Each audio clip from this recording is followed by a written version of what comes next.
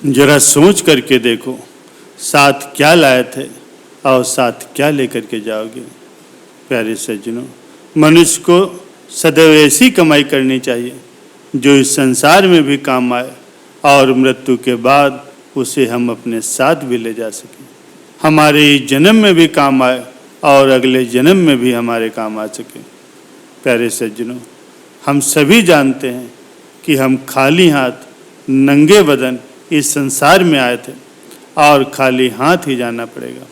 मृत्यु के समय ये धन दौलत, जमीन, मकान, व्यापार, नौकरी, नाम, शोहरत, रिश्तेदार, भाई बहन, माँ बाप अथवा बीवी बच्चे, किसी को भी आप साथ नहीं ले जा सकते, फिर चाहे वो राजा हो, सम्राट हो या फिर भिखारी।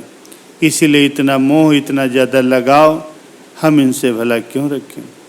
साथ में हमारे जाएंगे सिर्फ हमारे अच्छे या बुरे कर्म, हमारी कीर्ति या अपकीर्ति, दान धर्म, परोपकार, दुखियों की सेवा और पुण्य कर्म जो भी हम इस जन्म में करेंगे वो अवश्य हमारे साथ जाएंगे और हमारे काम आएंगे। प्यारे सज्जनों, हमें प्रत्येक दिन जब भी हमारा मन शांत हो, आंखें बंद करके ये अवश्य सोचना चाहिए कि हम इतनी बड़ी अशांति को क्यों अपने साथ बांधे हुए। ये सब भाग दौड़, ये तनाव, ये ताना बाना मकड़ी के जाले जैसा बुन करके खुद हम उसमें उलझे हुए हैं। ये आखिर किस लिए है। प्यारे सज्जनों, जो भी हमें बुरा लगता है वो कभी भी दूसरे को नहीं देना चाहिए। जैसे कड़वी बात, गाली, गुस्सा, बेइज्जती, अपमान अथवा गला सड़ा खाने पीने का कोई सामान। जो चीज़ें हमें अच्छी लगती हैं वही दूसरों को, ज़रूरतमंदों को बिना मांगे देनी चाहिए। जैसे खाने पीने का कोई सामान, मीठी बातें, सद्व्यवहार, सम्मान। और जो भी आपके पास अच्छे सामान हो दोनों हाथों से बांटो, लुटाओ, परोपकार करो, दान धर्म करो, क्योंकि संतों ने भी कहा है जो कुछ भी हम सपेटते हैं वो सब सपना है और जो कुछ भी हम लुटा रहे हैं केवल वही अपना है। इसलिए जितना लुटाओगे वो तुम्हारे साथ जाएगा, तुम्हारे काम आएगा। याद रखो, संसार की किसी भी वस्तु से मनुष्य का स्थायी संबंध नहीं है।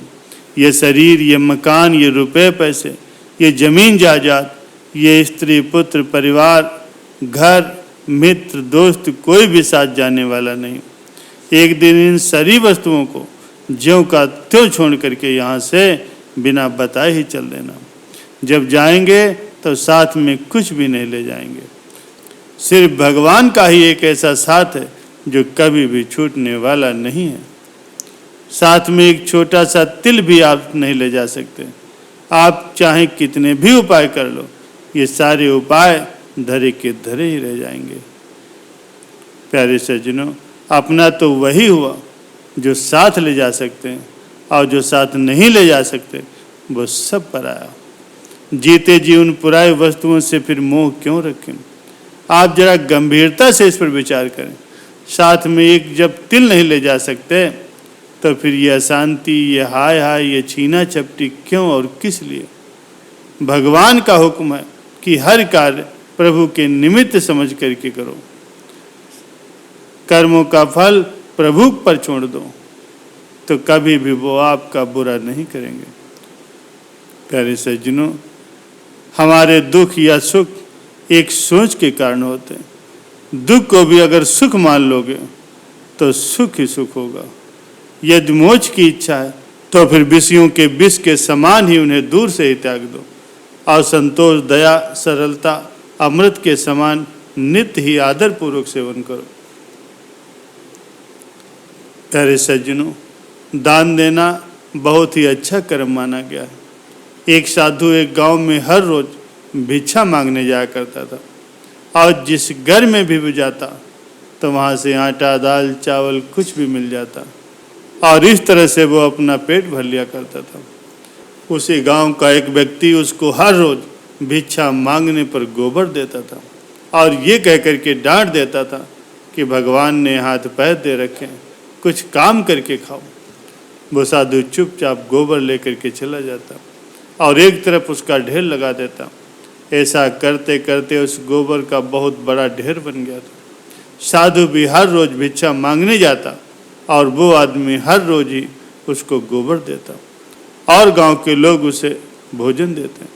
ऐसा करते करते दोनों का ही समय बीत गया और जब दोनों अपनी जीवन यात्रा पूरी करके भगवान के घर पहुंचे तो गोबर डालने वाले इंसान को खाने में भगवान के घर गोबर ही मिला। तो उसने कहा, भगवान मैं ये गोबर भला कैसे खा सकता हूँ? भगवान ने कहा, जब साधु तेरे घर भिक्षा मांगने आया करता था, जिसका और कोई भिक्षा मांगने के सिवाय चारा नहीं था, तो आप उसको भिक्षा में गोबर देते थे और वही गोबर का ढेर अब इतना बड़ा हो गया है कि आपके खाने के हिस्से में अब वो गोबर ही आएगा। तो उस व्यक्ति ने भगवान के पैर पकड़ लिए और कहने लगा, प्रभु मैं गोबर नहीं खा सकता, कृपया इस समस्या का समाधान बताइए। भगवान ने कहा, कर्म का फल तो अवश्य ही भोगना पड़ता है। अब वो इंसान प्रभु के आगे रोने और गिड़गिड़ाने लगा और कहने लगा कि प्रभु इस समस्या का कोई समाधान बताइए। तो भगवान बोले, इस सारे गोबर को आप हर रोज एक कपड़े में डाल करके पानी के साथ धीरे धीरे धोते रहो, इस प्रकार आपके कर्म कट जाएंगे। ऐसा करते करते उसको गोबर को धोने के काम में कम से कम 1 साल लगा और सबसे लास्ट में गोबर का जो आखिरी अंश भूस था और घास के कुछ टुकड़े थे उस कपड़े के ऊपर रह गए। तो भगवान बोले, अब आपको ये हिस्सा तो खाना ही पड़ेगा। वो इंसान फिर रोने लगा और कहने लगा, प्रभु मैं इसको कैसे खाऊं? प्रभु ने कहा, किसी के बुरे कर्मों को मैं कुछ कम तो कर सकता हूँ, लेकिन बिल्कुल भी काट नहीं सकता। इसलिए आपको न चाहते हुए ये गोबर का अंश आपको जरूर खाना पड़ेगा।